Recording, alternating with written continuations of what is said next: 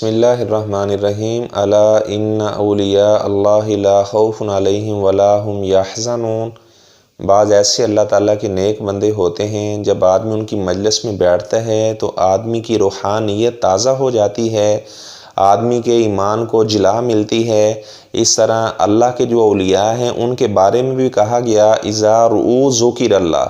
اللہ کے اولیاء وہ ہیں جب ان کو دیکھا جاتا ہے تو آدمی کو اللہ یاد آتا ہے۔ جب آپ کسی ایسے آدمی کے پاس بیٹھتے ہیں جن کے پاس بیٹھنے کے بعد آپ کا دل کرتا ہے کہ میں قرآن مجید کی تلاوت کروں، اور اس طرح نمازیں پڑھنے کا آپ کا دل کرتا ہے، اس طرح تہجد کی نماز پڑھنے کو آپ کا دل کرتا ہے، تو آپ سمجھ لیں کہ وہ اللہ کا ولی تھا جس کی مجلس میں بیٹھنے کی برکت سے اللہ تعالیٰ نے آپ کی کیفیت کو بدل دیا۔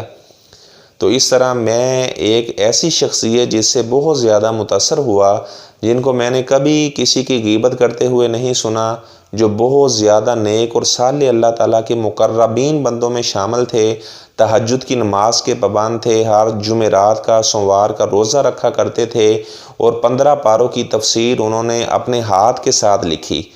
تو ان کے بڑے بیٹے محترم یاسر بھائی نے مجھے بتایا کہ اپنی ساری زندگی میں نے اپنے والد صاحب کو کبھی کسی کے ساتھ جھگڑا کرتے ہوئے نہیں دیکھا۔ اتنے اللہ تعالیٰ کے وہ نیک بندے تھے۔ جب ان سے کبھی کہتا شیخ صاحب کبھی کوئی حکم ہو تو آپ بتائیں، تو وہ یہی کہا کرتے تھے دعاؤں میں یاد رکھنا۔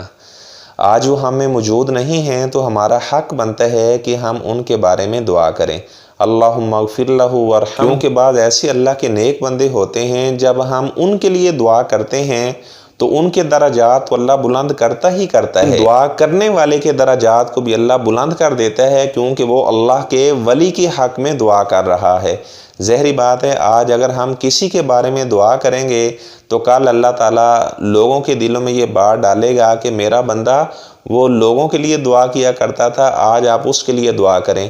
اگر آج ہم کسی مسلمان کا جنازہ پڑھنے کے لیے جاتے ہیں تو اللہ تعالیٰ دوسرے مسلمان لوگوں کے دلوں میں ڈالے گا، جب ہم وفات پائیں گے تو وہ ہمارا جنازہ پڑھنے کے لیے آئیں گے۔ تمام بھائیوں سے درخواست ہے جو بھی میرا یہ بیان سنیں تو آپ شیخ فاروق شہزاد رحمہ اللہ تعالیٰ ان کے حق میں ضرور دعا کریں، اللہم اغفر لہ وارحمہ۔ اللہ تعالیٰ جنت میں ان کو اعلیٰ مقام عطا فرمائے، اور یہ ہمارا حق بھی بنتا ہے کہ ہم اس طرح فوت شدگان کے لیے دعا کریں۔ میں بھی دعا کرتا ہوں جتنے بھائی اور بہنیں یہ بیان سن رہی ہیں ان کے والدین، کسی کا کوئی قریبی رشتہ دار اگر وفات پا گیا ہے، اللہ جنت میں اسے اعلیٰ مقام عطا فرمائے۔